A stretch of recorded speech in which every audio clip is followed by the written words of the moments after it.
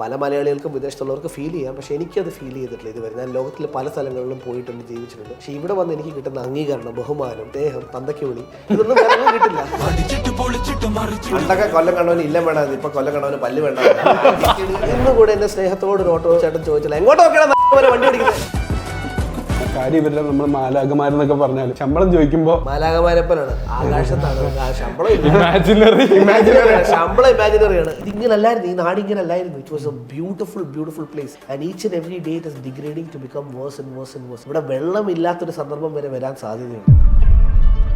ഞാൻ ഏറ്റവും കൂടുതൽ മിസ് ചെയ്യുന്നതെന്ന് പറഞ്ഞു കഴിഞ്ഞാൽ ഓബിയസ്ലി ഫുഡാണ്. Food has the propensity to bring people together.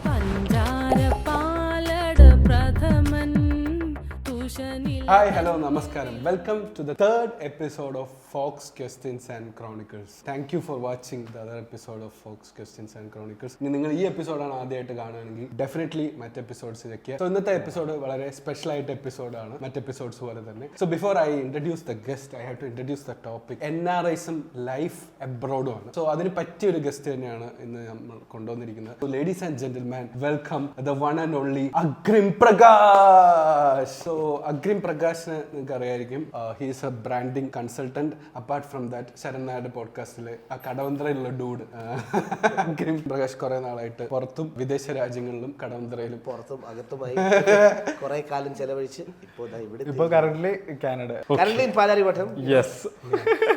So welcome to the show man. Thank you man. So congrats on the wedding. 3-4 തവണ ഇപ്പൊ കല്യാണം ഫുൾ കല്യാണമുള്ള സിൽക്ക് ഷർട്ടൊക്കെ ഇട്ടുണ്ട്. പെട്ടെന്ന് തുണി എടുത്തിട്ട് ഓർത്ത്, അയ്യോ എന്നല്ല കല്യാണം കഴിഞ്ഞാൽ ഇനി എന്തിനെങ്കിലും പുതുമണവാള. പൊതുവേ നമ്മൾ പറയുന്നു കേരളത്തിലെ ആളുകൾ മലയാളികളെ എക്സ്പോർട്ട് ചെയ്തുകൊണ്ടിരിക്കുകയാണെന്നുള്ളതാണ്. പക്ഷേ ഇതിന്റെ ഫാക്ട്സ് നോക്കുമ്പോൾ എനിക്ക് മനസ്സിലായത് കേരളത്തിനേക്കാൾ മുകളിൽ വേറെ ഒരുപാട് സംസ്ഥാനങ്ങളുണ്ട്. പക്ഷേ കേരളം ഒരു ചെറിയ സംസ്ഥാനത്ത് ഇത്രയും പേര് മൈഗ്രേറ്റ് ചെയ്തു. Being one of the early people to രക്ഷപ്പെടൽ ഫ്രം കേരള. എപ്പോഴാണ് like how do you see the journey? Like ഇപ്പോൾ you have been both in Kerala and lot of places. So കേരളത്തിൽ നിന്നുള്ള എൻ്റെ ഈ കുടിയേറ്റത്തിന് ഒരു രക്ഷപ്പെടൽ എന്ന് പറയാൻ പറ്റുമോ ഇല്ലയോ എന്ന് എനിക്ക് അറിയില്ല. പറയാൻ പറ്റുമോ ഇല്ലയോ എന്ന് പറയാനായിട്ടില്ല, ദൈവത്തിനറിയാം. ബട്ട് ഞാൻ എല്ലാവരും എന്നോട് ചോദിക്കുമ്പോൾ വേർ യു ഫ്രം എന്ന് പറയുമ്പോൾ ഞാൻ എപ്പോഴും ഐ ഫ്രം USA എന്ന് പറഞ്ഞാൽ യുണൈറ്റഡ് സ്റ്റേറ്റ്സ് ഓഫ് ആറന്മുള. അതാണ് എൻ്റെ നാട്. ഓക്കെ, ഞാനൊരു ആറന്മുളക്കാരനാണ്. ഞാൻ എന്നും എൻ്റെ ജീവിതത്തിൽ ഒരു പ്രവാസിയായിട്ടാണ്, എൻ്റെ സ്വന്തം നാട്ടിൽ പോലും ഒരു പ്രവാസിയായിട്ടാണ് ഞാൻ എന്നും ജീവിച്ചിട്ടുള്ളത്. ഞാൻ I like to think of myself as a professional non resident. Because ഞാൻ ജനിച്ചത്, ഞാനൊരു മലയാളിയാണ്. ഒരു മലയാളി അച്ഛനും ഒരു മലയാളിക്കും അമ്മയ്ക്കും ഉണ്ടായത് ഡൽഹിയിൽ വെച്ചിട്ടാണ്. ജനിച്ചതേ വേറൊരു നാട്ടിലാണ്. എന്നാൽ ഡൽഹിയിൽ ഞാൻ കുറേ നാളൊന്നും ജീവിച്ചില്ല, കുറച്ച് നാൾ ജീവിച്ചു. പെട്ടെന്ന് അവിടെ നിന്ന് ഓടിപ്പോന്നു. ഇപ്പോൾ നാട്ടിലെത്തി, കുറച്ച് നാൾ നാടുമായിട്ടൊക്കെ പൊരുത്തപ്പെട്ടു. എന്നിട്ട് ഒരു 5 വയസ്സിൽ എൻ്റെ 5ാമത്തെ പിറന്നാൾ, in fact to the day 28 years ago ആണ് ഞാൻ ആദ്യമായിട്ട് എൻ്റെ 5ാമത്തെ പിറന്നാൾ. ഇന്നലെ ആയിരുന്നു എൻ്റെ 33ാമത്തെ പിറന്നാൾ. എൻ്റെ 5ാമത്തെ പിറന്നാളിലാണ് ഞാൻ ആദ്യമായിട്ട് ഒറ്റയ്ക്കൊരു വിമാനം കയറി. ഒറ്റയ്ക്കെന്ന് പറഞ്ഞാൽ അന്ന് മറ്റേ അൺഅക്കോമ്പനീഡ് മൈനേഴ്സ് എന്നൊക്കെ പറഞ്ഞിട്ട് ഒറ്റയ്ക്കൊരു വിമാനം കയറി ഞാൻ കുവൈറ്റ് എന്ന് പറഞ്ഞൊരു ചെറിയ രാജ്യത്തേക്ക് കുടിയേറി. അന്ന് എൻ്റെ അച്ഛനും അമ്മയും അവിടെ ഉണ്ടായിരുന്നു. അന്ന് ആ നാട്ടിലൊരു പ്രവാസിയായിട്ട് ജീവിച്ചു. അതിനുശേഷം അവിടുന്ന് തിരിച്ച് നാട്ടിൽ വന്നു. നാട്ടിൽ വന്നപ്പോൾ ഞാൻ കേരളത്തിലല്ല പഠിക്കാൻ വന്നു, ഊട്ടിയിലും ചെന്നൈയിലും അവിടെ ഇവിടെയൊക്കെ ആയിട്ടാണ് പഠിച്ചത്. അങ്ങനെ ഇന്ത്യയുടെയും ലോകത്തിൻ്റെയും പല ഭാഗങ്ങളിൽ ഒരു പ്രവാസിയായി ജീവിക്കാനുള്ളൊരു അനുഗ്രഹവും അനുഭവവും ഉണ്ടായിട്ടുള്ള ഒരാളാണ് ഞാൻ. So it is been a very wonderful experience. ഞാൻ ഐ തിങ്ക് കുറച്ചാൾ ലണ്ടനിലുണ്ടായിരുന്നു, കുറച്ചാൾ തായ്ലൻഡിലുണ്ടായിരുന്നു, കുറച്ചാൾ കാനഡയിലുണ്ടായിരുന്നു, കുറച്ചാൾ ഇപ്പോൾ ഞാൻ കുറേ നാളായിട്ട് US അങ്ങനെ അവിടെ ഇവിടെയൊക്കെയാണ്. പിന്നെ കുറേ രാജ്യങ്ങൾ അവിടെ ഇവിടെയൊക്കെ പോകാനുള്ള ഭാഗ്യവും നിർഭാഗ്യവും ഉണ്ടായിട്ടുണ്ട്. അതൊക്കെ തന്നെ ജീവിതം. എനിക്ക് തോന്നുന്നു എൻ്റെ ഫ്രണ്ടിൻ്റെ ക്ലോസ് ഫ്രണ്ടിൻ്റെ ഒരു അച്ഛൻ പുള്ളി കുവൈറ്റിൽ കുറേ നാൾ ചെല്ല. അപ്പം അങ്കിൾ തന്നെ നമ്മളോട് സംസാരിക്കുമ്പോൾ അങ്കിൾ പറയുന്നത് കാണാൻ വരാൻ പറ്റില്ലായിരുന്നു. അതായത് ഇവനെ 2ാം വയസ്സിൽ കണ്ടിട്ട് പിന്നെ ഇവനെ കണ്ട 5ാം വയസ്സിലാണ്. പുള്ളി 3 കൊല്ലം അവിടെ ആയിരുന്നു. 2025 ജനുവരി 2-ാം തീയതി നടന്ന എൻ്റെ കല്യാണത്തിന് എൻ്റെ സ്വന്തം അമ്മാവന്, എൻ്റെ സ്വന്തം അമ്മയുടെ ബ്രദറിന് വരാൻ പറ്റിയില്ല. കാരണം അദ്ദേഹം ഇതേപോലെ സിറ്റുവേഷൻ സ്റ്റക്കാണ്. അത് അന്നത്തെ ഒരു പ്രശ്നമല്ല, ഇന്നത്തെയും പ്രശ്നമാണ്. ലോകത്തിന് അദ്ദേഹം UK താമസിക്കുന്നത്. ആ കുടുംബം UK താമസിക്കുന്നത്. അദ്ദേഹത്തിന് ഈ കല്യാണത്തിന്, ഇപ്പോൾ ഈ കല്യാണത്തിന് ഒരു 6 ലക്ഷം രൂപ ചിലവായെന്ന് വെച്ചു. അദ്ദേഹത്തിന് അവിടെ തൊട്ട് ഇവിടം വരെ വരാൻ വേണ്ടി തന്നെ 6 ലക്ഷം രൂപ മുടക്കണം. That is the expense it cost. And on top of that visa, വേറെ പ്രശ്നങ്ങൾ. ഇതെന്നും ഒരു ഇന്ത്യൻ പാസ്പോർട്ട് ഉള്ളവന് ഉണ്ടാകുന്ന പ്രശ്നങ്ങളിലൊന്നാണിത്. അതായത് നമ്മുടെ ഒരു പാസ്പോർട്ട് പവർ എന്ന് പറയുന്ന സാധനമുണ്ട്, അത് നമുക്കില്ല. അപ്പോൾ ഈ വിദേശത്ത് UK US പോകുന്നവൻ എന്താണ് പ്രതീക്ഷിക്കുന്നത്? എങ്ങനെയെങ്കിലും പാസ്പോർട്ടിൻ്റെ കളർ മാറ്റി എനിക്ക് ബാക്കിയുള്ള രാജ്യങ്ങളിൽ ഇഷ്ടം ഉള്ള പോലെ യാത്ര ചെയ്യാൻ പറ്റും. Maybe one of the reasons why somebody chooses to travel is because of that. Agreement പാസ്പോർട്ടിൽ ഇപ്പോൾ US വിസ ഉള്ളതുകൊണ്ട് കുറേ രാജ്യങ്ങളിൽ പോയി വരാൻ പറ്റും. തീർച്ചയായും. പിന്നെ also the thing is like അന്ന് ആളുകൾ പൊക്കോണ്ടിരുന്ന എനിക്ക് തോന്നുന്നു ഒരു കോമൺ ജോലി ഇങ്ങനത്തെ ജോലികളാണ്. ലൈക്ക് എന്താ പറയുക വെൽഡിങ് അല്ലെങ്കിൽ അങ്ങനത്തെ ലോട്ട് ഓഫ് ഇൻറ്റു കൺസ്ട്രക്ഷൻ ആയിട്ട് റിലേറ്റ് ചെയ്ത ജോലികളാണ്. പിന്നെ എനിക്ക് തോന്നുന്നു ആളുകൾ പൊയ്ക്കൊണ്ടിരുന്നത് വിദേശ നഴ്സിംഗ്, നഴ്സസ് ആണ് one of the biggest exports of our and the greatest exports of our country. I think രണ്ട് രാജ്യങ്ങളിൽ നിന്നും രണ്ട് സ്ഥലങ്ങളിൽ നിന്നും, രാജ്യങ്ങളെന്ന് പറയാൻ പറ്റില്ല കാരണം കൂടുതലും നഴ്സുകൾ വരുന്ന മലയാളി നഴ്സസ് ആണ്, അതല്ലാതെ ഫിലിപ്പീനോസ്, ഇവരാണ് ലോകത്തിൽ നഴ്സിംഗ് ഫീൽഡിൽ ഭരിച്ചുകൊണ്ടിരിക്കുന്നത്. അതിന് കാരണങ്ങളുണ്ട്. That is usually because Christian missionary institutions typically take up and run nursing colleges or medical colleges.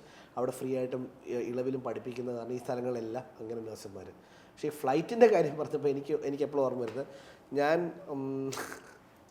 ഞാൻ ഒരു എൻ്റെ ജീവിതത്തിൽ 1.5 വർഷം ഞാൻ ബാങ്കോക്കിലാണ് ജീവിച്ചിരുന്നത്. ഞാൻ അവിടെ ഒരു ഇ-കോമേഴ്സ് ഫേമിന് വേണ്ടി ജോലി ചെയ്യുമായിരുന്നു. എനിക്ക് പക്ഷേ എൻ്റെ ജീവിതം അപ്പോൾ ഇവിടെയാണ്. എൻ്റെ വീട് ഇവിടെയാണ്, എൻ്റെ നാട് ഇവിടെയാണ്, എൻ്റെ കൂട്ടുകാർ ഇവിടെയാണ്, എസ്പെഷ്യലി ഷാരൺ എൻകോ. ഞങ്ങളന്ന് തുടങ്ങുന്നത് 2016-17 സമയത്താണ് കേട്ടോ. അപ്പോൾ ഞാനെന്ത് ചെയ്യുമെന്ന് വെച്ചാൽ ഒരു 56 ആഴ്ചത്തേക്കുള്ള ടിക്കറ്റ് ഞാൻ നേരത്തെ എടുത്തു വെക്കും. എവറി വീക്കെൻഡ് ഞാൻ എന്നിട്ട് എൻ്റെ മീറ്റിങ്ങും കാര്യങ്ങളെല്ലാം പ്ലാൻ ചെയ്ത് ഫ്രൈഡേ ഈവനിങ് കറക്റ്റ് 6 മണിയാകുമ്പോൾ എങ്ങനെയെങ്കിലും ഞാൻ മാക്സിമം 8 മണിയോടെ ഞാൻ പരിപാടിയെല്ലാം തീർക്കും. എന്നിട്ട് ഞാൻ കറക്റ്റ് ഒരു 10 മണിയാകുമ്പോഴത്തേക്കും ഞാൻ എയർപോർട്ടിലെത്തി 10:30 ഫ്ലൈറ്റിന് ഇവിടെ കയറി തിരിച്ച് ഇവിടെ ഒരു 1:30 ആകുമ്പോൾ ടൈം ഡിഫറൻസ് കൂടെ ചേർത്ത് രാത്രി 12 മണി 1:30 എങ്ങാണ്ടാകുമ്പോൾ ഞാൻ ഇവിടെ ലാൻഡ് ചെയ്യും. എന്നിട്ട് on Monday morning at 1:30 I will fly back and reach at 5:30 AM and go to work. അപ്പോൾ ഫ്രൈഡേ ടു മൺഡേ ഞാൻ വീക്കെൻഡ് ഇവിടെയാണ് സ്പെൻഡ് ചെയ്യുന്നത്. ഒരേ ഫ്ലൈറ്റാണ് ഞാൻ എടുക്കുന്നത്, ഒരേ സ്റ്റാഫിനെയാണ് ഞാൻ കാണുന്നത്. അവർക്ക് ആർക്കും അറിയത്തില്ല എനിക്ക് അവിടെ ജോലി ഉണ്ടെന്ന്. കാരണം ഞാനൊരു നിക്കറും ഒരു ബാഗും ഞാൻ എല്ലാ തവണയും ഫ്ലൈറ്റിൽ കയറുമ്പം on Friday evening at 8 PM നിങ്ങൾ ആ ഫ്ലൈറ്റിൽ നോക്കി, എയർ ഏഷ്യയുടെ ഒരു ഫ്ലൈറ്റാണ്, ഫഗോട്ട് ഫ്ലൈറ്റ് നമ്പർ ഞാൻ മറന്നുപോയി. ഫ്രൈഡേ ഈവനിങ് ആ 10:30 ഫ്ലൈറ്റിൽ നിങ്ങൾ കയറി കഴിഞ്ഞ് നോക്കിക്കഴിഞ്ഞാൽ അതിൻ്റെ അകത്തൊരു 150 പാസഞ്ചേഴ്സ് കയറുന്നു വെച്ചോ, അതിനകത്ത് 149 പാസഞ്ചേഴ്സ് ഇരിക്കുന്നത് ഇങ്ങനെയായിരിക്കും. തിരിച്ചു പോകണമല്ലോ, ഒരേ ഒരു പാസഞ്ചർ മാത്രം കാണും, കോപ്പ് രാവിലെ ഇനി മീറ്റിംഗ് എടുക്കണം. അതായിരുന്നു വൈബ്. അപ്പോൾ എന്നും നാടിനോടൊരു കണക്ഷൻ എല്ലാ പ്രവാസിക്കും തോന്നും. കാരണം നമുക്ക് നാട്ടിൽ എന്തൊക്കെ പറഞ്ഞു ഇവിടെ ഉണ്ടെങ്കിലും എന്തില്ലെങ്കിലും നമ്മൾ ഈ നാട്ടുകാരനാണ്. It is our own. To feel a sense of belonging, I don't feel that sense of belonging anywhere else. പല മലയാളികൾക്കും വിദേശത്തുള്ളവർക്ക് ഫീൽ ചെയ്യാം, പക്ഷേ എനിക്കത് ഫീൽ ചെയ്തിട്ടില്ല ഇതുവരെ. ഞാൻ ലോകത്തിൽ പല സ്ഥലങ്ങളിലും പോയിട്ടുണ്ട്, ജീവിച്ചിട്ടുണ്ട്. പക്ഷേ ഇവിടെ വന്ന് എനിക്ക് കിട്ടുന്ന അംഗീകാരണം, ബഹുമാനം, സ്നേഹം, തന്തയ്ക്ക് വിളി, ഇതൊന്നും വേറെ കിട്ടില്ല. അതാണ് വൈബ്.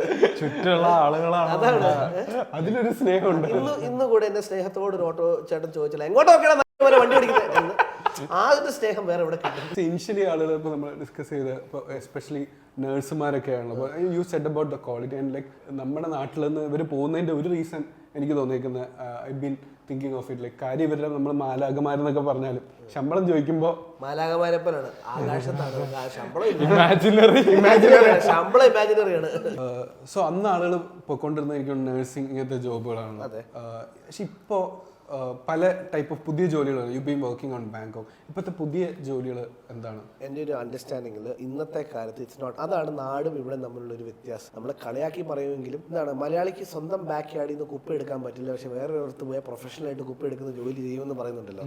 അതിൽ സത്യമുണ്ട്, എന്നാൽ ആ സത്യത്തിനും പുറകിൽ വേറെ സത്യമുണ്ട്. It is not the quality of job, it is the dignity of labour. അതായത് എന്ത് ജോലി ചെയ്യുന്നു അവിടെ ബഹുമാനമാണ്. എൻ്റെ മുൻപിൽ കുപ്പ എടുക്കാൻ വരുന്ന ജാനിറ്ററിനെ ഞാൻ സാറിന് അഡ്രസ്സ് ചെയ്തില്ലെങ്കിൽ ദാറ്റ് ഇസ് റോങ്. അത് ഇവിടെ അങ്ങനെയല്ല. ഇവിടെ നമ്മളെക്കാട്ടിലും താന്നാണ് കാണുന്നത്. നമ്മളെക്കാട്ടിലും എന്തെങ്കിലും ഒരു ജോലി ഡിഫറെൻ്റ് ആയിട്ട് ചെയ്യുന്ന ആൾക്കാരെ ഒന്നും വേണ്ട. നിങ്ങളൊരുത്തിനോട് പോയി പറയാം, സയൻസുകാരനെ ആർട്സുകാരനെ ഒരു റൂമിൽ കൊണ്ടുവരുത്തുക, എന്താ സംഭവിക്കുക? ആർക്കാണ് കൂടുതൽ ബഹുമാനം കിട്ടുക? നീ സയൻസ് പഠിച്ചാണോ, നീ ആർട്സ് പഠിച്ചതാണോ? കാരണം രണ്ടും പഠിച്ചിട്ടുള്ള ഞാനാണ്, രണ്ടിടത്തു നിന്നാണ് കിട്ടിയെന്ന് എനിക്കറിയാം. അതാണ് സംഭവം. അപ്പൊ ആ ഒരു ഡിഗ്നിറ്റി ഓഫ് ലേബർ നമ്മൾ എന്ത് ജോലി ചെയ്താലും നമുക്ക് കിട്ടും വിദേശത്ത്, മീൻ മോസ്റ്റ് കേസസ്. എന്നാൽ അവിടെ അതിൻ്റെതായ പ്രശ്നങ്ങൾ. ഏറ്റവും കൂടുതൽ നമുക്ക് ഡിഗ്നിറ്റി കിട്ടുന്നത് നമ്മുടെ ബാങ്ക് അക്കൗണ്ടിനാണ്. കാരണം എന്ത് ജോലി ചെയ്താലും അതിന് അർഹതമായതല്ലെങ്കിൽ അതിന് അറ്റ്ലീസ്റ്റ് ക്ലോസ് ടു ദാറ്റ് നമുക്ക് എന്തെങ്കിലും ഒരു ശമ്പളം കിട്ടാൻ സാധ്യതയുണ്ട്. ഡിഗ്നിറ്റി കാശായിട്ടും കൂടി കിട്ടും. ഡിഗ്നിറ്റി ക്യാഷായിട്ട് കിട്ടും. അതായത് ഞാൻ എന്നും എൻ്റെ മാനം വിറ്റാണ് ജീവിക്കുന്നത് അവിടെ. ഞാൻ ചെയ്തിട്ടുള്ള, അതായത് I call my self A hat salesman. ഞാനൊരു തൊപ്പി വിൽപ്പനക്കാരനായിട്ടാണ് എൻ്റെ ജീവിതം ഞാൻ എന്നും ജീവിച്ചിട്ടുള്ളത്. അതായത് പല തൊപ്പികളും പല സന്ദർഭങ്ങളിലും എടുത്തിട്ടുണ്ട്. വേണ്ടി വന്നപ്പോൾ ആ തൊപ്പികൾ വിറ്റ് വേറെ തൊപ്പി ഇട്ടിട്ടുമുണ്ട്. So like I don't care about the kind of job I do. What I care about is എൻ്റെ ബാങ്ക് അക്കൗണ്ടിൽ കാശുണ്ടോ, എനിക്ക് ആൾക്കാർക്ക് വേണ്ടി എന്തെങ്കിലും നല്ല ചെയ്യാൻ പറ്റുന്നുണ്ടോ, എൻ്റെ കുടുംബക്കാർ ഹാപ്പിയാണോ. These are the things that we care about. അത് ഇവിടെ നിന്ന് ഞാൻ അതും പറഞ്ഞുകൊണ്ടിരുന്നെങ്കിൽ എനിക്ക് കഴിക്കാൻ വായു ബിരിയാണിയും ഉണ്ടപ്പൊരി പഫ്സും കിട്ടിയത്. അതാണ് പ്രശ്നം. ലൈക്ക് പുറത്തോട്ട് പോവാണെങ്കിൽ നല്ലൊരു അപ്രോച്ച് തന്നെയാണത്. ലൈക്ക് എന്തും ചെയ്യാൻ റെഡിയാണെന്ന്. എന്തും ചെയ്യാൻ എനിക്ക് തോന്നുന്നത് മലയാളികളെ പറ്റി പൊതുവെ എല്ലാവരും പറയുന്ന ഒരു കാര്യം കൂടിയാ, എന്ത് ജോലിയും ചെയ്യും, പുറത്തു പോയി എന്ത് ചെയ്ത് ഒരു ഇതുണ്ടാക്കിയെടുക്കാൻ. പീപ്പിൾ ആർ ലൈക്ക് ഓക്കെ ഇത് നമ്മുടെ നിന്നാണ്, നമുക്കും ഇത് വൃത്തിയാക്കി വെക്കണം എന്നൊക്കെ ഉള്ളൊരു ഇത്. സോ അങ്ങനെ വിച്ച് ഇസ് ദ ലൈക്ക് ഒരു ആ ഒരു ആസ്പെക്ട് നോക്കുമ്പോൾ which is A cleanest city or ഒരു ഇൻഫ്രാസ്ട്രക്ചർ ഒക്കെ വെച്ച് which city you like the most? ഞാൻ ജീവിച്ചിട്ടില്ലെങ്കിലും പല സ്ഥലങ്ങളിൽ എനിക്ക് വിസിറ്റ് ചെയ്യാനുള്ളൊരു അവസരം ഉണ്ടായിട്ടില്ല. അതിന് ഞാൻ കണ്ടിട്ടുള്ള വെച്ച് ഏറ്റവും ഓർഗനൈസ്ഡ് ആയിട്ടും ഏറ്റവും ക്ലീൻ ആയിട്ടും എനിക്ക് തോന്നിയിട്ടുള്ള സ്ഥലം ആണ് മോസ്കോ, റഷ്യ. നമ്മൾ ഒരിക്കലും പ്രതീക്ഷിക്കാത്ത ഒരു സ്ഥലമാണ്. ഞാൻ അവിടെ പോയിട്ട് എന്താണ്, ഞാൻ കുറെ കമ്മ്യൂണിസ്റ്റ് പച്ച ലെനിന്റെ പ്രതിമ അതൊക്കെ അവിടെ ഫുൾ ഹൈടെക് പരിപാടിയാണ്. മറ്റേ ടാക്സി അല്ല, ബസ്സിൻ്റെ അകത്ത് കയറി നമുക്ക് മൊബൈലിൽ ആപ്ലിക്കേഷൻ വേണം, QR കോഡ് സ്കാൻ ചെയ്യണം, ട്രാഷ് ഒന്നും റോട്ടിലില്ല. മറ്റേ നമ്മൾ സബ്വേ അവിടുത്തെ മെട്രോയിലേക്ക് ഇറങ്ങും. കാരണം എനിക്കിതിൻ്റെ ആ ഡൈക്കോട്ടമി അല്ലെങ്കിൽ ആ ഡിഫറൻസ് എനിക്ക് മനസ്സിലാക്കാൻ പറ്റിയത് എന്താണെന്ന് വെച്ചാൽ, ഞാൻ 15 ദിവസം മോസ്കോയിൽ നിന്നിട്ട് ഇമ്മീഡിയറ്റ്ലി ഫ്ലൈറ്റ് എടുത്ത് ഞാൻ US പോയി. അപ്പോൾ ഞാൻ മോസ്കോയിൽ ആ മെട്രോയിൽ കയറുമ്പോൾ നമ്മളൊരുമാതിരി സാറയുടെ ഫോൾ കാറ്റലോഗിലേക്ക് നമ്മൾ എന്താ പറയുന്നത് ഒരു റാമ്പ് ഷോയിലേക്ക് ചെന്നവരാണ്. കാരണം 6 അടി 3 ഇഞ്ച് പൊക്കമുള്ള ആൾക്കാരൊക്കെ നല്ല ടിപ്പ് ടോപ്പായിട്ട് ഡ്രസ്സ് ചെയ്ത് എല്ലാവരുടെയും കയ്യിൽ ഒരു പുസ്തകം കാണും. എല്ലാവരും മോസ്കോയിലുള്ള മിക്ക ആൾക്കാർ എപ്പോഴും വായനയാണ്, എന്തൊക്കെയോ വായിച്ചുകൊണ്ടിരിക്കുകയാണ്. അപ്പോൾ ഞാൻ അവിടെ ഇരിക്കുന്ന ഒരാളോട് ചോദിച്ചു, എന്തുകൊണ്ടാണ് ഇത്രയും ആൾക്കാർ ഈ ട്രെയിനിലും മെട്രോയിലൊക്കെ വായിക്കുന്നതെന്ന് ചോദിച്ചു. അപ്പോൾ അവർ പറഞ്ഞു, പണ്ടത്തെ കാലത്ത് എങ്ങനെയാണെന്ന് വെച്ചാൽ മോസ്കോയിൽ എങ്ങനെയാണെന്ന് വെച്ച് കഴിഞ്ഞാൽ, പണ്ട് കമ്മ്യൂണിസ്റ്റ് ഭരണം ഉണ്ടായിരുന്ന കാലത്ത് സാധനങ്ങൾ കിട്ടാനായിട്ട് നമ്മൾ ഫ്രീ ആണ്. ഇപ്പോൾ ടൂത്ത് പേസ്റ്റ് ഉൾപ്പെടെ നമുക്ക് ഫ്രീ ആയിട്ട് കിട്ടും. പക്ഷെ അത് കിട്ടണമെങ്കിൽ നമ്മൾ ലൈനിൽ നിൽക്കണം.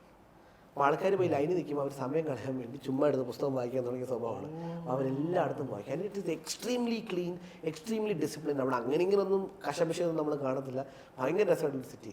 എന്നിട്ട് ഞാൻ നേരെ ഇവിടുന്ന് ഫ്ലൈറ്റ് എടുത്ത് ന്യൂയോർക്ക് ജോൺ എഫ് കെനഡി ചെന്നിറങ്ങി. അവിടെ നിന്ന് ഇറങ്ങി ഒരു സബ്വേ പിടിക്കാൻ വേണ്ടി ക്വീൻസ് മെട്രോ സ്റ്റേഷനിൽ ചെന്നു. നമ്മൾ മെട്രോ സ്റ്റേഷൻ അണ്ടർഗ്രൗണ്ട് ആണല്ലോ.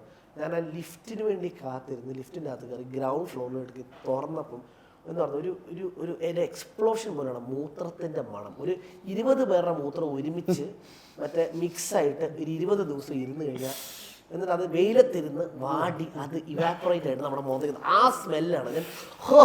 ഞാൻ എൻ്റെ മൂക്കിൽ അപ്പോൾ ഇപ്പോൾ കാണുന്നവർക്കൊക്കെ സ്മെല്ല് മനസ്സിലായി കാണുമല്ലോ. മൂക്കിൻ്റെ അകത്തുള്ള മറ്റേ രോമൊക്കെ കരിഞ്ഞു പോയി. എന്നിട്ട് അതിൻ്റെ അകത്ത് കുറേ മെത്തേഡ്സും അവിടെ ഇവിടെയൊക്കെ അപ്പിയും അവർ പറയുന്ന വലിയ സിനിമയെ കാണുന്ന ന്യൂയോർക്ക് അതല്ല സംഭവം, ഇതാണ് ശരിക്കുള്ള ന്യൂയോർക്ക്. അപ്പോൾ ആ ഒരു കമ്പാരിസൺ വെച്ച് നോക്കുമ്പോൾ definitely Moscow, Russia has to be one of the cleanest places. I've been to Singapore. I've heard a lot about, okay, Singapore is clean, but that's a sterile city. I don't feel like the city has any personality. The city has personality and cleanliness. I would definitely say Moscow. One of my favorite cities on earth. സിംഗപ്പൂരിലെ chewing gum ban എന്നായിരുന്നു. സിംഗപ്പൂരിനെ അവർ വിളിക്കുന്ന fine city എന്നാണ്. Singapore is a fine city. എല്ലായിടത്തും fine. ഈ chewing gum എന്നാൽ ഞാൻ നിങ്ങളോട് ഒരു ചോദ്യം ചോദിക്കട്ടെ, ഈ സിംഗപ്പൂരിൽ എന്താണ് ചൂയിങ്കം ബാൻഡ് ആയെന്ന് അറിയോ നിങ്ങൾക്ക്? കാരണം എന്താ അറിയോ, എന്തുകൊണ്ടാണ് സിംഗപ്പൂരിൽ ചൂയിങ്കം ബാൻ ആയത്? ആക്ച്വലി സിംഗപ്പൂരിൽ എല്ലായിടത്തും ചൂയിങ്കം ബാൻഡ് ആണ്. നമുക്ക് സിംഗപ്പൂരിൽ ചൂയിങ്കം മേടിക്കാം. സിംഗപ്പൂരിൽ ചൂയിങ്കം ബാൻ ആയിരിക്കുന്നത് അവിടുത്തെ പബ്ലിക് ട്രാൻസ്പോർട്ടിലാണ്. നമ്മൾ പബ്ലിക് സ്ഥലങ്ങളിൽ ചൂയിങ്കം ചവയ്ക്കാൻ പാടില്ല. കാരണം എന്താണെന്ന് വെച്ച് കഴിഞ്ഞാൽ, ആദ്യമായി സിംഗപ്പൂരിൽ മെട്രോ സിസ്റ്റം വന്നപ്പോൾ അതിൻ്റെ ഡോറെല്ലാം ഓട്ടോമാറ്റിക് ആയിട്ടുള്ള ഡോറായിരുന്നു. ഏതോ എന്നെപ്പോലെ ഒരു കുരുത്തം കെട്ടവൻ ചുയിങ്കം നിന്നിട്ട് ആ ഡോറിന് ഇടയ്ക്ക് അടച്ചു വെച്ച സാധനം. എന്നിട്ട് ഈ ഡോർ അടയാതായിട്ട് ഫുൾ സിംഗപ്പൂരിലെ ട്രാൻസിറ്റ് സിസ്റ്റം അന്നത്തെ ഒരു ദിവസത്തേക്ക് സ്റ്റോപ്പ് ആയി.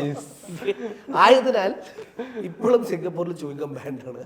അന്നത്തെ ട്രോമ എന്നൊക്കെ PTSD എന്നൊക്കെ പറഞ്ഞില്ല, അതാണ് അവിടുത്തെ സർക്കാരിനുള്ളത്. ഇതുകൊണ്ടാണ് ഇന്ത്യ പണ്ടേ ട്രെയിനിന് വാതിലേ ആരും അടക്കത്തില്ല, തുറക്കത്തില്ല, വീണ് ഇവിടെ നിന്ന് മാറി നിൽക്കുമ്പോൾ ഏറ്റവും കൂടുതൽ മിസ് ചെയ്യുന്ന സാധനം എന്താ? അമേരിക്കയിൽ പോയി ഇപ്പോൾ 2 വർഷം നിന്നതിൽ നിന്ന് എനിക്ക് ഏറ്റവും കൂടുതൽ കിട്ടിയ എക്സ്പീരിയൻസ് ആണ് is that food has the propensity to bring people together.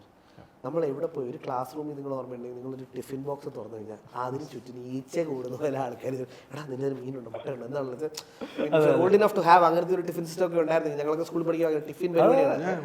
പിന്നെ അല്ലെങ്കിൽ എവിടെ പോയാലും ഈവൻ ഓഫീസിൽ ലഞ്ച് ബ്രേക്ക് രണ്ടാണ് ഉള്ളത്. അല്ലെങ്കിൽ എവിടെ പോയാലും ഒരു റെസ്റ്റോറൻറ്റ് ആ ചേട്ടൻ എന്താ ഓർഡർ ചെയ്തത് അത് എനിക്ക് വേണം. ആൻഡ് ആ ഫുഡിൽ കൂടെ നമുക്ക് പല എക്സ്പീരിയൻസ് ഇന്ന് ഞാൻ പോയി കഴിച്ചൊരു സാധനമാണ് കാപ്പാട് സൂപ്പോ അങ്ങനെ തന്നെ പാരഗണി കിട്ടിയ സാധനമാണ്. അപ്പോൾ അത് അല്ലാതെ കൊഞ്ചും മീനും അത് ഇതൊക്കെ ഇട്ടൊരു ഒരു ബ്രോത്തി സാധനമാണ്. ഇപ്പോഴും സംസാരിക്കുമ്പോൾ വായിന് പറയുന്നത്. അപ്പോൾ എനിക്കിപ്പോൾ അവിടെ ഇരുന്നുകൊണ്ട് ചിലപ്പോൾ ഞാൻ പണ്ടാണ് പാരഗണിലെ ഒരു ഊണ് കിട്ടിയിരുന്നെങ്കിൽ എന്ത് രസമായിരുന്നേനും. അല്ലെങ്കിൽ എന്തെങ്കിലും ഒരു സാധനം, ഒരു അപ്പം, കഴിക്കാൻ കൊതിയുള്ള കുറേ സാധനങ്ങൾ. അത് ഫണ്ണി തിങ് ഈസ്, ഞാൻ ജീവിക്കുന്ന സ്ഥലത്തിനെ കണ്ടിട്ട് എൻ്റെ നാട്ടിലുള്ള കൂട്ടുകാർ എന്നോട് ചോദിച്ചിട്ടുണ്ട്, നീ താമസിക്കുന്നത് വെർജീനിയയിലാണോ അതോ വരാപ്പുഴയിലാണോ? കാരണം ഞാൻ എൻ്റെ വീട്ടിൽ നിന്ന് ആദ്യമായിട്ട് ഞാൻ അമേരിക്കയിൽ ചെന്നിട്ട് വെളി ഇറങ്ങിയപ്പോൾ ഞാൻ ഹായ് അമേരിക്ക നല്ല രസമുണ്ടല്ലോ, ഇതായിരിക്കും ഇവിടുത്തെ കൾച്ചർ അല്ലേ. അപ്പൊ പെട്ടെന്ന് സൈഡിൽ നിന്ന് ഒരു ശബ്ദം ഞാൻ കേൾക്കണം, എടാ മാത്തപ്പാ ആ ബോൾ ഇങ്ങോട്ട് കെട്ടിയടാ, ഞാൻ വരുന്നില്ല തൊട്ടു. ഞാൻ 2-3 മലയാളികൾ, ഞാൻ താമസിക്കുന്ന ഏരിയ നിറച്ച് മലയാളി. എന്നാലും the food doesn't come as close because the ingredients are different, the style of cooking is different, അതായത് recipes that have been taken across, അതിൽ കുറച്ച് അഡ്ജസ്റ്റ്മെന്റ് വരുത്തിയിട്ട് നമുക്ക് കുക്ക് ചെയ്യാൻ പറ്റും. ഒരിക്കലും ഉപ്പോളം വരില്ല ഉപ്പിലിട്ടത് എന്ന് പറയുന്ന പോലെയാണ്. ആ ഫുഡാണ് ഏറ്റവും കൂടുതൽ നമ്മൾ ഏറ്റവും കൂടുതൽ മിസ് ചെയ്യുക. And that food is also representative of so many other things. അതായത് നമ്മുടെ ഈ നാടിന്റെ കൾച്ചർ, അതിന്റെ അബണ്ടൻസ്, വാട്ട് വി ഹാവ്, നമുക്കുള്ള ഓരോ കാര്യങ്ങളുമാണ് നമ്മൾ കറിയാക്കി എടുക്കുന്നത്. അതൊന്നുമല്ല മുരിങ്ങക്കോല് കിട്ടണമെന്ന് പറഞ്ഞാൽ തണുപ്പത്ത് -5 ഡിഗ്രിയിൽ കിട്ടാനായിട്ട് ഇത്തിരി പാടാണ്. പിടക്കണ കരിമീൻ കിട്ടണമെങ്കിൽ നടക്കുന്ന കാര്യമില്ല. പണ്ട് ഈ ആന്റണി ബോർഡന്റെ ഒരു കുക്കറി കൾനറി ഷോയിൽ ഇതേപോലെ ഒരു പുള്ളി പറഞ്ഞൊരു സാധനമാക്കി, റെസിപ്പീസ് എത്ര നമ്മൾ കോപ്പി ചെയ്താലും ഇടയ്ക്ക് എന്തെങ്കിലും മിസ്സാവുന്നു. പുള്ളി പറയുന്നത് സാധനം മിസ്സാവില്ല, പക്ഷെ എന്തോ മിസ്സാവുന്നുണ്ട്. അതെന്ന് വെച്ച് എന്താ പറയില്ല, ആ ഒരു ഫീലിംഗ് സാധനം പോകും. അത് ഞാൻ പറഞ്ഞത്, സ്വന്തം നാട്ടിൽ കിട്ടുന്ന ഫ്രീഡം നമുക്ക് വേറെ എങ്ങും കിട്ടത്തില്ല. നമ്മുടെ നാട്ടിൽ വരത്തനായി അല്ലെങ്കിൽ വിസിറ്ററായി വരുന്ന അതിഥി തൊഴിലാളിയായി വരുന്ന ഒരാൾക്കാരെ നമ്മൾ എങ്ങനെയാണ് ട്രീറ്റ് ചെയ്യുന്നത്? അവരെപ്പോഴും 2ാം കിട സിറ്റിസൻസ് ആയിട്ടാണ് നമ്മൾ ട്രീറ്റ് ചെയ്യുന്നത്. നമ്മൾ ഇവിടെ കൊടുക്കുന്നതെല്ലാം നമ്മുടെ മലയാളികൾക്ക് വിദേശത്ത് ഡെയിലി കിട്ടുന്നുണ്ട്. അപ്പോൾ ആ ഫീലിംഗ് എന്നും ഉണ്ടാവും.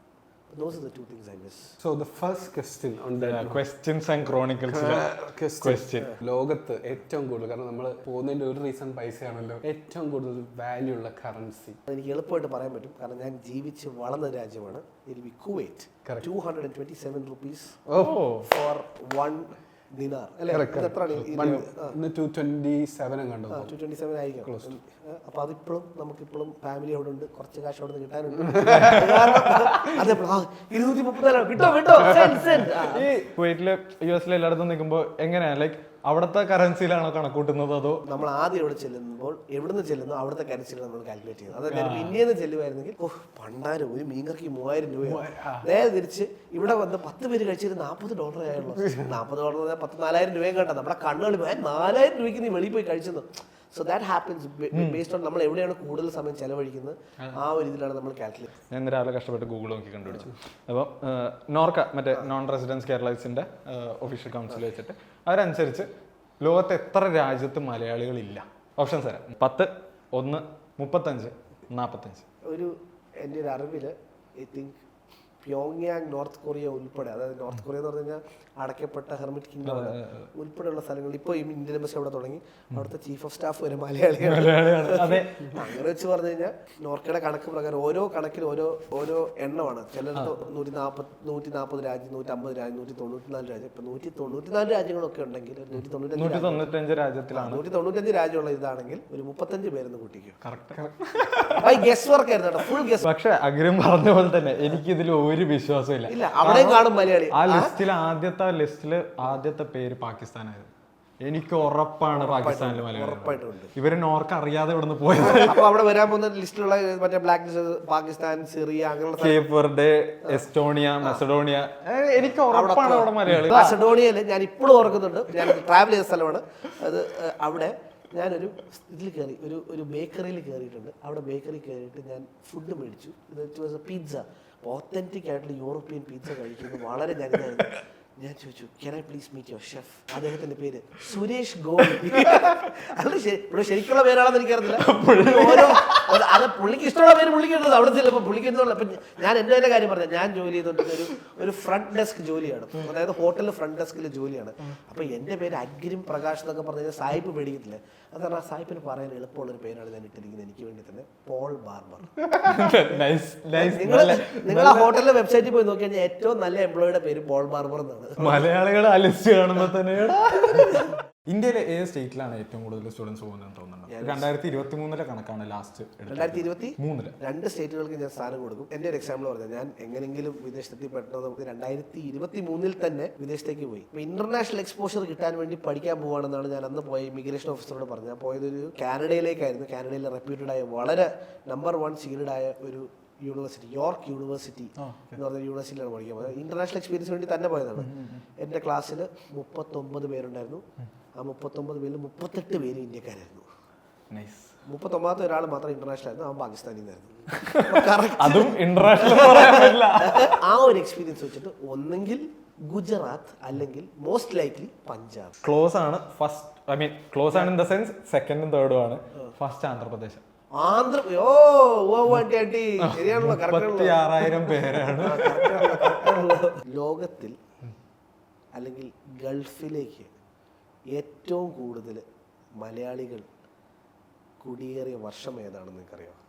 അല്ലെങ്കിൽ വർഷം അല്ലെങ്കിൽ ഏത് ഡെക്കേഡാണെന്ന് പറഞ്ഞാൽ നിങ്ങൾ? I think it's during the Gulf War, after the Gulf War, 1995, 1993 ക്ക് ശേഷം. 1990s. ഞാൻ കേട്ടത് 1970s ആണ്. കാരണം എന്താണെന്ന് വെച്ചാൽ അപ്പോഴാണ് അവിടെ ഓയിൽ ഡിസ്കവർ ആകുന്നത്. ഇമ്മീഡിയറ്റ് ബൂമിൽ പോയതാണ് കുറേ ആൾക്ക് 1970s. എന്നിട്ട് ഗൾഫിൽ നിന്ന് ഇങ്ങോട്ട് തിരിച്ച് റിവേഴ്സ് മൈഗ്രേഷൻ ഒത്തിരി ഉണ്ടായിരുന്നു.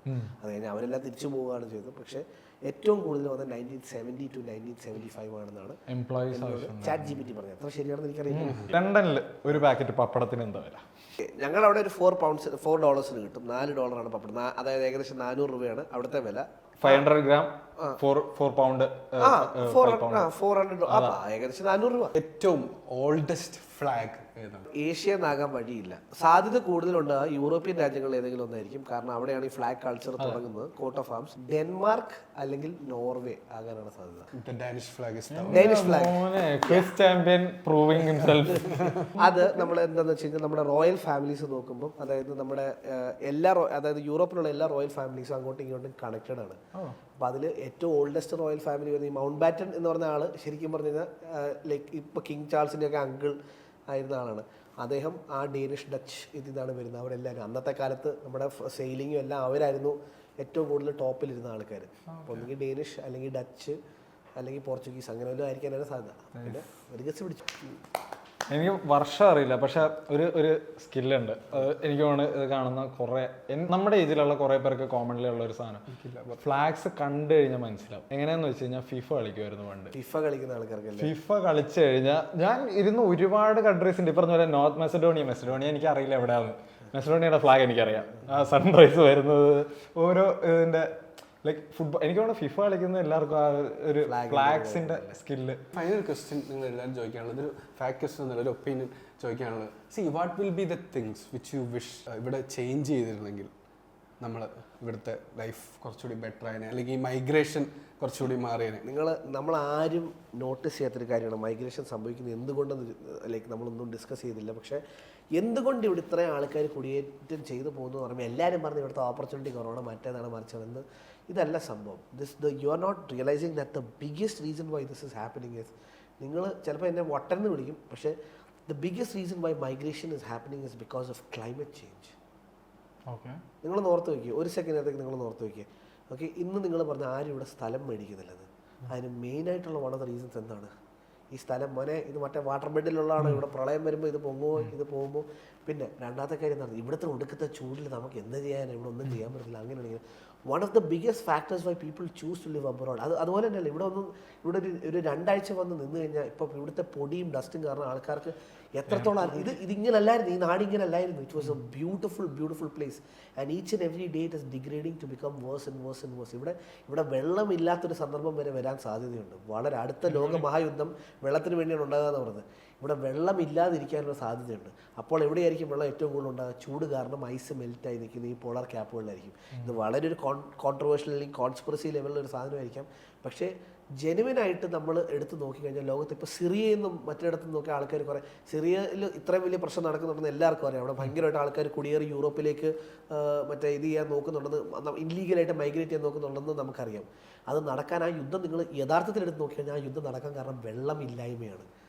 പല നഗരങ്ങളിലും വെള്ളമില്ലാതെ ആൾക്കാർ പ്രൊട്ടസ്റ്റ് ചെയ്ത് അന്നത്തെ അവിടെ ഉണ്ടായിരുന്ന പ്രസിഡന്റ് ബഷർ അൽ അസാദിനെതിരെ വഴക്കുണ്ടാക്കി തുടങ്ങിയൊരു വാട്ടർ വാറാണത്. എന്ന് പറഞ്ഞാൽ ക്ലൈമറ്റ് ചേഞ്ച് കാരണം ഇവിടെ ഭയങ്കരമായിട്ടും like there going to be insane problems because of that. And if we don't do something immediately about that there will be a big problem. രണ്ടാമത്തെ കാര്യം ഓബിയസ്ലി എന്താണെന്ന് വെച്ചാൽ എനിക്കിവിടെ എൻ്റെ സ്കില്ലിനും എൻ്റെ കഴിവിനും എൻ്റെ വിദ്യാഭ്യാസത്തിനും എനിക്ക് നല്ല ശമ്പളം കിട്ടുമായിരുന്നു. ഞാൻ ഈ ലോകത്ത് വേറെ എങ്ങും പോയില്ല, ഇവിടെ തന്നെ നിന്ന് ഈ നാടിനെ നന്നാക്കാൻ വേണ്ടി ഞാനിവിടെ ക്യാമറ നോക്കി പറയുന്നു, ഞാൻ എന്ന് എനിക്കൊരു അവസരം കിട്ടുന്നു ഞാൻ ഈ നാട്ടിൽ തന്നെ തിരിച്ചു വരും, ഈ നാട്ടിൽ തന്നെ എന്തെങ്കിലും നല്ലത് ചെയ്യും, ഈ നാടിന് വേണ്ടി എന്തെങ്കിലും ചെയ്യും എന്നും ഞാൻ അതേ ചെയ്തിട്ടുള്ളൂ. I hope to do it when I come. So ഇപ്പോൾ ഞാൻ ഓൾറെഡി ഈ ക്വസ്റ്റിൽ ചോദിച്ചില്ല, ആളുകൾ പൊതുവെ ഒരുപാട് പേര് ജോബ്സിന് വേണ്ടിയിട്ട് അല്ലെങ്കിൽ ഹയർ എഡ്യൂക്കേഷന് വേണ്ടി പോകുന്നുണ്ട്. So what do think is lacking in Kerala, or what is like people are excited they are leaving? I don't think there are many things lacking in Kerala. ഞാൻ കേരളത്തിൽ എനിക്ക് ലോകത്തിൽ എവിടെ പോയാലും my favourite place to come back to is Panampilly Nagar. എനിക്ക് ഏറ്റവും ഇഷ്ടമുള്ള സ്ഥലം പനമ്പള്ളി നഗർ കേരളത്തിൽ തന്നെയാണ്. ഇതൊരു കോംപ്ലിക്കേഷൻ വരുന്നത് എന്താണെന്ന് വെച്ചാൽ എനിക്ക് കിട്ടുന്ന ഈ നാട്ടിൽ കിട്ടുന്ന പല കംഫർട്ടുകളും, അതായത് എനിക്ക് ഇങ്ങനെ നമ്മൾ വിദേശത്ത് ജീവിക്കുന്ന ഒരാളോട് പോയി പറഞ്ഞു കഴിഞ്ഞാൽ, അതായത് ഞാനൊരു ബട്ടൺ ഞെക്കി 8 മിനിറ്റ് ഒറ്റ ഡയറ്റ് കോക്കും കൊണ്ട് അല്ലെങ്കിൽ ഒരു സിഗരറ്റും കൊണ്ട് പറന്നൊരുത്തിനെത്തി എൻ്റെ വാതകം കൊണ്ട് ആ സാധനം തരുന്നു പറഞ്ഞാൽ വെളിയിലൊരിക്കൽ നിങ്ങൾ എന്തായി പറയുന്നത്, അപ്പോൾ എത്ര കൊടുക്കണം, 1 ലക്ഷം രൂപ 50 ലക്ഷം രൂപ വേണ്ട, ഒരു 10 രൂപ മാർജിൻ കൂടുതൽ കൊടുക്കണം. അപ്പോൾ ആ കംഫർട്ടിലാണ് നമ്മളിവിടെ ജീവിക്കുന്നത്. പക്ഷേ ആ കംഫർട്ടിൽ ജീവിക്കാൻ വേണ്ടി എത്ര പേരുടെ തലയുടെ മുകളിൽ നമ്മൾ ചവിട്ടി നിന്നാണ് നമ്മൾ ജീവിക്കുന്നതെന്ന് മനസ്സിലാക്കുമ്പോൾ will understand why people leave from here. Because the truth is നമ്മുടെ നാട്ടിൽ കുറേ ഫെസിലിറ്റീസും കുറേ സാധനങ്ങളുണ്ട്, കുറേ കൺവീനിയൻസുകളുണ്ട്. These convenience come at a cost. It comes at the cost of what? The energy, the money, the time and the skill of the youth in this place. അതായത് നിങ്ങളുടെ അടുക്കലൊരു സ്വിഗ്ഗിയോ ഒരു സൊമാറ്റോയോ ഓർഡർ കൊണ്ടുവരുന്നത് ചിലപ്പോൾ മാസ്റ്റേഴ്സ് ഡിഗ്രിയും കഴിഞ്ഞിട്ട് വീട്ടിലൊരു നിർവാഹം ഇല്ലാതെ ജോലി കിട്ടാത്തതുകൊണ്ട് ഇറങ്ങുന്നതാണ്. അപ്പോൾ ഇവിടെ ഓപ്പർച്യൂണിറ്റീസ് ഇല്ലാത്തതുകൊണ്ട് ആൾക്കാർ വെളിയിൽ പോകുന്നത് വെറുതെ ബ്ലാങ്കറ്റ് ആയിട്ട് പറയുന്നതല്ല, ശരിക്കും അതാണ് സംഭവിക്കുന്നത്.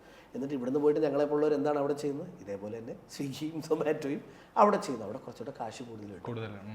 അതാണ് വൈബ്. എനിക്ക് പേഴ്സണലി എന്ന് വെച്ച് കഴിഞ്ഞാൽ ഞാൻ കോളേജ് കഴിയുമ്പോഴാണ് എല്ലാവരും US കാനഡ ആ ഒരു ഇത് ചെറുപ്പത്തിലും ആൾക്കാർ പോകുന്നുണ്ട്. പക്ഷെ ഞാൻ എപ്പോഴും കേൾക്കുന്നത് മിഡിൽ ഈസ്റ്റിലോട്ട് പോയി, ഗൾഫിൽ പോയി, അമ്മാവൻ ഗൾഫിൽ പോയി, ചേട്ടൻ ഗൾഫിൽ പോയി, ചേട്ടൻ ഗൾഫിൽ നിന്ന് കൊണ്ടുവന്ന ചോക്ലേറ്റ്. അതാ അതും എനിക്ക് വന്നിട്ടുള്ളതെന്ന് വെച്ച് കഴിഞ്ഞാൽ അപ്പോൾ പുറത്ത് പോകുന്നതെന്ന് വെച്ച് കഴിഞ്ഞാൽ വർക്കിന് വേണ്ടി പോവാന്നുള്ള ഒരു ഇതായിരുന്നല്ലോ.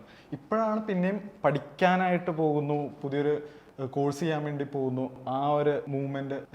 എനിക്ക് അത് പറഞ്ഞപ്പോൾ ഞാൻ ഏറ്റവും വായിച്ച ഒരു വളരെ നല്ലൊരു വാട്സപ്പ് ഫോർവേഡിൽ പറഞ്ഞു, ആളുകൾ നമ്മുടെ നാട്ടിൽ മാത്രമുള്ള ആളുകൾ വീടും സ്ഥലവും വിറ്റ് ഗൾഫിൽ പോയിട്ട് വീടും സ്ഥലവും വീട് മേടിക്കുന്നല്ലേ. ആ ട്രെൻഡിൽ ഒരു മാറ്റം വരുന്നുണ്ട്. ബട്ട് തീർച്ചയായും അത് തന്നെയാണ് ഇപ്പൊ ആളുകൾ മേടിക്കുന്നില്ല, ഇവിടെ നിന്ന് പോകുന്നു. അതിനും കാരണങ്ങളുണ്ട്. അതായത് നമ്മൾ ഈ ലൈക്ക് ഗ്ലോബൽ മൈഗ്രേറ്ററി പാറ്റേൺസ് എടുത്ത് നോക്കിക്കഴിഞ്ഞാൽ ഐ തിങ്ക് ഒരു യുണൈറ്റഡ് നേഷൻസിൻ്റെ ഗ്ലോബൽ കോമ്പാക്ട് ഓഫ് മൈഗ്രേഷൻ എന്ന് പറഞ്ഞ സാധനമുണ്ട്. അതിൽ ആൾക്കാർ ഇങ്ങനെ പറയുന്നുണ്ട് എങ്ങനെയാണ് ആൾക്കാർ കൂടിയിരുന്നത്, വാട്ട് ആർ ദ പാറ്റേൺസ്, എങ്ങനെയാണ് സംഭവിക്കുന്നത്, എന്തുകൊണ്ട് സംഭവിക്കുന്നു എന്നുള്ളതാണ് ഇൻട്രസ്റ്റിംഗ് ആയിട്ട് നമ്മൾ കാണുന്നത്. അതിൽ ഐ തിങ്ക് നിങ്ങൾ എപ്പോഴെങ്കിലും ആലോചിച്ചിട്ടുണ്ട് ഇന്ത്യയിലെ ആദ്യത്തെ NRI ആരായിരുന്നു, അല്ലെങ്കിൽ എന്തുകൊണ്ട് അതേപോലെ NRI ആയി എന്ന് എപ്പോഴെങ്കിലും നമ്മൾ ആലോചിക്കുകയാണെങ്കിൽ നമ്മളെപ്പോഴും എന്താ പറയുന്നത് വായിക്കുന്നോ കേൾക്കുന്ന ഒരു സംഭവമാണ് എന്താ പറയുക, ഈ അടിമത്തൊഴിൽ, അതായത് സ്ലേവറി എന്ന് പറയുന്ന സംഭവം ലോകത്തിൻ്റെ പല ഭാഗങ്ങളിലും നടന്നിട്ടുണ്ട്. അത് എസ്പെഷ്യലി നമ്മൾ ഇതിനെപ്പറ്റി അറിയുമ്പോൾ നമ്മൾ കൂടുതലും ആലോചിക്കുന്ന ആഫ്രിക്കയെ പറ്റിയാണ്. ആഫ്രിക്കയിലുണ്ടായിരുന്ന ആൾക്കാരെ അമേരിക്കയിലേക്ക് അവിടുത്തെ റെയിൽ റോഡുകളും ബിൽഡിങ്ങുകളും പണിയാൻ വേണ്ടി പലരെയും കൊണ്ടുപോയി എന്നാണ് കേൾക്കുന്നത്. എന്നാൽ ലോകം അധികം അറിയാത്തൊരു അടിമത്തൊഴിൽ സിസ്റ്റം അതിനേക്കാട്ടിലൊക്കെ മുൻപ് നമ്മുടെ സ്വന്തം നാട്ടിൽ ബ്രിട്ടീഷുകാർ നടത്തിയിട്ടുണ്ട്. അതായത് ഇവിടുന്ന് ആ ബ്രിട്ടീഷ് ഭരണകാലത്തിൽ എന്താ പറയുന്നത്, വെറുതെ എന്തോ വായിക്കാനും എഴുതാനും അറിയാത്ത ആൾക്കാരുടെ കയ്യിൽ കുറേ പേപ്പർ കൊടുത്ത് അതിൽ ഒപ്പിട്ട് നിന്നെ കൽക്കട്ടയിലെ മൈനിൽ ജോലിക്ക് കൊണ്ടുപോകാന്ന് പറഞ്ഞിട്ട് കൊണ്ടുപോയിട്ട് വെസ്റ്റേൺ അമേരിക്കയിലുള്ള സുറിനാമിലും ഗോട്ടമാളയിലും ഒക്കെ മറ്റേ ഷുഗർ കെയിൻ വെട്ടാനും അവിടെ റോഡ് തളിക്കാനും ഒക്കെ കൊണ്ടുപോയി അവിടെ അടിമകളായ 5-6 വർഷങ്ങൾ അവരെ നിർത്തുക. എന്നിട്ട് അവർക്ക് വേണ്ടി, അതായത് അവർ കല്യാണം കഴിച്ച് ഇവിടെ ജീവിക്കുന്ന ആൾക്കാരായിരിക്കും, അവർക്ക് വേണ്ടി വേറെ സ്ത്രീകളെ, അവിടെ ഇന്ത്യൻ സ്ത്രീകളെ ഇമ്പോർട്ട് ചെയ്ത് അവരെ എന്താ പറയുന്നത് തമ്മിൽ ഇത് ചെയ്യിപ്പിക്കുക, ബ്രീഡ് ചെയ്യിപ്പിക്കുക, എന്നിട്ട് അവർക്ക് കുട്ടികളുണ്ട്, ആ കുട്ടികളെ പണിക്കുണ്ട്. അങ്ങനെ വളരെ ഹൊറിഫിക് ആയിട്ടൊരു ബിഗിനിങ് ആണ് നമ്മുടെ ലൈക്ക് മൈഗ്രേഷൻ പാറ്റേണിൽ നിന്നും ഉണ്ടായത്. ഇന്നും ഈ സുരിനാം പോലുള്ള രാജ്യങ്ങൾ, സുരിനാം എന്ന് പറഞ്ഞ രാജ്യത്തിന് പേര് പോലും ആൾക്കാർ വളരെ ദരിദ്രമായ രാജ്യമാണ്. അപ്പോൾ സുരിനാം പോലുള്ള രാജ്യങ്ങളിൽ പോയി കഴിഞ്ഞാൽ അവിടെ ഇരിക്കുന്ന ആൾക്കാരെ കണ്ടു കഴിഞ്ഞാൽ നമുക്ക് കാണാൻ പറ്റും അവർ ഇന്നും അതേ നമ്മളെപ്പോലൊക്കെ ഇരിക്കും കാണാനായിട്ട്. And even more interesting is even before that ആൾക്കാർ ട്രേഡിന് വേണ്ടി പലരും നമ്മളെ കുഞ്ഞാലി മരിക്കാർ അല്ലെങ്കിൽ വാസ്കോഡ ഗാമ എന്നൊക്കെ പഠിക്കുന്ന പോലെ ട്രേഡ് കാരണം നമ്മൾ ഭയങ്കരമായിട്ട് ഇൻഫ്ലുവൻസ് ചെയ്യപ്പെട്ട ഒരു ഇതുണ്ട്. കാരണം ഐ തിങ്ക് ആ ട്രേഡിൻ്റെ ഇൻഫ്ലുവൻസ് ഞാൻ ഏറ്റവും കൂടുതൽ ഞാൻ കണ്ടത്, ഞാൻ തായ്ലൻഡിലൊരു ഓഫീസിൽ ജോലി ചെയ്യായിരുന്നു. അപ്പോൾ അവിടെ വളരെ കാണാൻ കൊള്ളാത്തൊരു പെൺകുട്ടിയാണ്. അവളുടെ പേര് പാം എന്നാണ്, PALM, പാം. ഭയങ്കര സുന്ദരി കേട്ടോ. അപ്പോൾ ഇവളോട് മിണ്ടാനായിട്ട് ഒരു വഴിയില്ല, എനിക്ക് ഭയങ്കര പേടിയാണ്. അവൾ വേറെ രാജ്യക്കാരി, നമ്മൾ കുറച്ച് ഇതാണ്. ഞാൻ ഇന്ന് ഇവിടുന്ന് ഗൾഫിൽ നിന്നൊക്കെ പോയിട്ട് മറ്റേ അമ്മാവൻ ഗൾഫിൽ പോയതുപോലെ ഞാൻ ഗൾഫിൽ നിന്ന് എൻ്റെ പേരൻസ് ഗൾഫിലാണ് ആ സമയത്ത്. ഗൾഫിൽ നിന്ന് പോയിട്ട് വന്നപ്പോൾ കുറച്ച് ഈന്തപ്പഴമൊക്കെ കൊണ്ടുവന്നു, ഡേറ്റ്സ് കൊണ്ടുവന്നിട്ട് ഞാൻ അതിലൊരെണ്ണം എടുത്തിട്ട് ഇവർക്ക് കൊടുത്തിട്ട് പാം ഡേറ്റ് പിക്കപ്പ് ലൈനാണ്. ഞാൻ ഉദ്ദേശിച്ചത് അതിൽ നിന്ന് അവൾ വീണ് അങ്ങനെയൊക്കെയായിരുന്നു. പക്ഷെ അവൾ ഈ സാധനത്തിൽ നോക്കി അവളുടെ തായ് ഭാഷയിൽ ഈന്തഫലാം എന്ന് പറഞ്ഞ് എടുത്ത് തിന്നു. ആ വാക്ക് തായ് ഭാഷയിൽ ഈന്തഫലം എന്നാണ്. ഈന്തപ്പഴം എന്ന് പറഞ്ഞാൽ ഈന്തഫലം, രണ്ടും ഒരു വാക്കാണ്. തായ്ലൻഡാണ് തമിഴ്നാടാണ് ശരിക്കും ആ ഒരു കണക്ഷൻ, അതായത് 2000 വർഷങ്ങൾക്ക് മുമ്പേ സീ വഴി ഉണ്ടായ കണക്ഷൻ കാരണം അങ്ങനെ സ്പ്രെഡായിരുന്നതാണ്. അപ്പോൾ എന്നും സംഭവിക്കുന്ന ഒരു കാര്യമാണ് ഈ മൈഗ്രേഷൻ എന്ന് പറയുന്നത്. അത് പല രീതികളിലും പല സ്റ്റൈലുകളിലും മാറി മാറി വരുന്നു. ഇത് ഇന്നത്തെ ലൈക്ക് നമ്മളൊരു 20th സെഞ്ചുറി മൈഗ്രേഷൻ എടുത്ത് നോക്കുകയായിരുന്നെങ്കിൽ വാപ്പ ഗൾഫിന് പോകണ പോലെ വന്നിട്ട് ക്വാളിറ്റി സ്ട്രീറ്റിൻ്റെ മുട്ടായി കൊണ്ടുവരാം, ഇവിടെ ഒരു വീട് പണിയാം. അന്ന് പോയവന് എന്താ പറയുക, അവിടെ നിൽക്കാൻ ഒരു നിർവാഹമില്ല. കാരണം ഗൾഫിൽ പല ഗൾഫ് രാജ്യങ്ങളുടെയും കോൺസ്റ്റിറ്റ്യൂഷൻ്റെ ആദ്യത്തെ ലൈനിൽ എഴുതിയിരിക്കുന്നത് എന്താണെന്ന് വെച്ചാൽ no man shall give away his land and his sovereignty. ഒരിക്കലും ഭൂമി വേറൊരാൾക്ക് ഗൾഫിലെ രാജ്യം വിൽക്കാൻ പാടില്ലെന്നാണ് അന്നത്തെ കാലത്തെ ഗൾഫ് കോൺസ്റ്റിറ്റ്യൂഷനുകൾ എഴുതിയിരിക്കുന്നത്. ആയതിനാൽ ആർക്കും അവിടെ സ്ഥലം മേടിക്കാൻ പറ്റില്ല, ആർക്കും അവിടെ വന്ന് കയറി പൗരത്വം വാങ്ങാൻ പറ്റത്തില്ല, അങ്ങനത്തെ പ്രശ്നങ്ങളൊക്കെ ഉണ്ട്. ഇന്ന് അതേ ഗൾഫിൽ പോയ ആൾക്കാർ വന്ന് ശേഖരിച്ചുണ്ടാക്കിയ കാശ് വെച്ചിട്ട് അവരുടെ മക്കളെ അതിനേക്കാളും നല്ല രാജ്യത്തേക്ക് വെളിവിടുന്നു. കാരണം അവർക്ക് സക്സസ് ഉണ്ടായി, ഞങ്ങളുടെ മക്കൾക്ക് സക്സസ് ഉണ്ടാവട്ടെ എന്ന് വിചാരിച്ച് പ്രതീക്ഷിച്ച് അവരവരുടെ ഫാമിലികളെ വിടുന്നു. അഗ്രിമാണ് എന്താ ചോദിച്ചാൽ ഞാൻ അഗ്രിമിനുള്ള ഗിഫ്റ്റ് കൊണ്ട് അതെ, സ്കോർ പറയേണ്ട കാര്യമില്ല. പക്ഷെ ഞാൻ അഗ്രിമിനുള്ള ഗിഫ്റ്റ് ഇത് നിങ്ങൾക്ക് കവർ വരെ ഒത്തന്റിക് ആണ് നമ്മൾ കൊടുക്കുന്ന ഗിഫ്റ്റിന്റെ. ഗ്രാൻഡ് വിന്നർ ആൻഡ് മുളക് പൊടി, പിന്നെ രാത്രിത്തെ കാര്യം സെറ്റായി. Thank you. ഇത് സ്പോൺസർ, ഇത് ഡേറ്റ് അച്ചാറാണോ? അല്ല, ഇത് പുളിയിഞ്ചി എന്ന് പറയുന്നത്. അടിപൊളി പുളിയിഞ്ചി അച്ചാർ. ഇത് എവിടെന്നാ വാങ്ങിച്ചത്? ഇത് ഭാരത് കഫേ തൃപ്പൂണിത്തുറ. ഞാൻ അവിടെ ഞാൻ ചെല്ലുമ്പോൾ തന്നെ അവർ ചോദിക്കുന്നത്, ഞാനിപ്പോൾ സ്ഥിരമായിട്ട് പുറത്തേക്ക് പോകുന്നവർക്ക് മേടിച്ചു കൊടുക്കുന്ന ഒരാളായി മാറി. ഞാൻ ഇതൊരു ബിസിനസ് ആക്കിയാലും ഇടയ്ക്ക് ആലോചിക്കാറുണ്ട്. പുറത്തേക്ക് പോകുന്നവർക്ക് ഒരു കിറ്റ് ഇമ്പോർട്ട് അപ്പോൾ ഇതിനെപ്പറ്റി പറയുമ്പോൾ എനിക്ക് പുറത്തുനിന്ന് one more thing I want to add. പുറത്തുനിന്ന് പോകുന്ന ഞാൻ ഗൾഫിൽ പോകുമ്പോൾ വരെ നാട്ടിലുള്ള ഒരുപാട് പേരുടെ അച്ചാറും ചുമന്നുകൊണ്ടാണ് ഞാൻ പോകുന്നത്. ആസ് യു സെഡ്, ഫുഡ് ഇവിടെ നിന്ന് എങ്ങനെയും ക്യാരി ചെയ്യുന്നത്. അതിൽ തന്നെ അച്ചാറും ചിപ്സും. ലൈക്ക് ഞാൻ ദുബായി പോയപ്പോൾ എൻ്റെ ഒരു ഫുൾ പെട്ടി ഞാൻ തുറന്നു വെച്ചപ്പോൾ ആളുകൾ ഇങ്ങനെ ഇരിക്കുക, 1/4 കിലോ ചിപ്സ്, 1/4 കിലോ ഇത് ഫുള്ള് ഡീൽ ചെയ്തിട്ട്. അതുകൊണ്ടാണ് എനിക്ക് അത് പേഴ്സണലി എനിക്ക് ഭയങ്കര ഫീൽ ചെയ്യണം. ഞാൻ ആ ട്രൂലി മലയാളിയിലും ലൈക്ക് നമ്മുടെ അച്ചാർ കൊടുത്തു വിട്ടിട്ട് ഐഫോൺ പ്രതീക്ഷിക്കുന്നവരാണ് നമ്മുടെ മലയാളി. അച്ചാറാണ് നമ്മുടെ ലവ് ലാംഗ്വേജ് ഫുഡാണെന്നുള്ളത്. സോ ബേസിക്കലി വൈ കാഷ്നട്ട്സ് നമ്മൾ ഓരോ ഇത് പറയുമ്പോൾ നമ്മൾ നേരത്തെ പറഞ്ഞല്ലേ അച്ചപ്പം, നമ്മൾ എന്തൊക്കെയാണ് കവർ ചെയ്ത പ്ലം കേക്ക്, ആദ്യത്തെ എന്തായിരുന്നു ലവ് കട്ട്ലേറ്റ്സ്, കൊച്ചീസ് ബെസ്റ്റ് കട്ട്ലേറ്റ്സ്. അപ്പോൾ കാഷ്നട്ട്സ്. സോ ബേസിക്കലി നമ്മളിപ്പോൾ ഓൺലൈൻ നോക്കിക്കഴിഞ്ഞാൽ കൊല്ലത്തിന് നല്ല ഊക്ക് കിട്ടിക്കൊണ്ടിരിക്കുന്ന ഒരു സമയമാണ്. കൊല്ലം എന്ന് പറയുമ്പോൾ തന്നെ പണ്ടൊക്കെ കൊല്ലം കണ്ടവന് ഇല്ല വേണം, ഇപ്പൊ കൊല്ലം കണ്ടവന് പല്ല് വേണ്ട. One of the world's largest processed cashew exporters കൊല്ലത്ത് നിന്നാണ്. ലൈക്ക് നമുക്ക് മലയാളികൾക്ക് ജെന്യുവൻലി പ്രൗഡ് ആവാൻ പറ്റുന്ന ഒരു സാധനം കൂടിയാണ്. ശരിക്കും പറഞ്ഞാൽ ഈ കാഷ്യൂ ഒരു NRI ആണ് അല്ലേ? ആലോചിച്ച് നോക്കി കഴിഞ്ഞാൽ ഇത് ഇവിടെ നിന്ന് പോയിട്ടാണ് തിരിച്ചു വരുന്നത്. ഇത് ഇവിടുന്ന് പോയിട്ട് ചിലപ്പോൾ മറ്റേ ഗൾഫ്, അതാണ് വിറ്റ്. ഗൾഫിൽ നിന്ന് മാമ കൊണ്ടുവരുന്ന സാധനം ഇവിടുന്ന് മറ്റേ തലശ്ശേരിന്ന് കൊല്ലത്തുനിന്ന് പോയ സാധനം അവിടെ പോയിട്ട് ഇതായിട്ട് അവിടുത്തെ മറ്റേ ഇതിൽ പാക്ക് ചെയ്ത് ഇവിടുന്ന് പോയപ്പോൾ പാക്ക് ചെയ്ത് തിരിച്ചു കൊടുത്തു. Thank you. Hope you had a fun time. Thank you for the nuts. Thank you. അണ്ടി തന്ന് സ്വീകരിച്ചതിന് നന്ദിയുണ്ട്.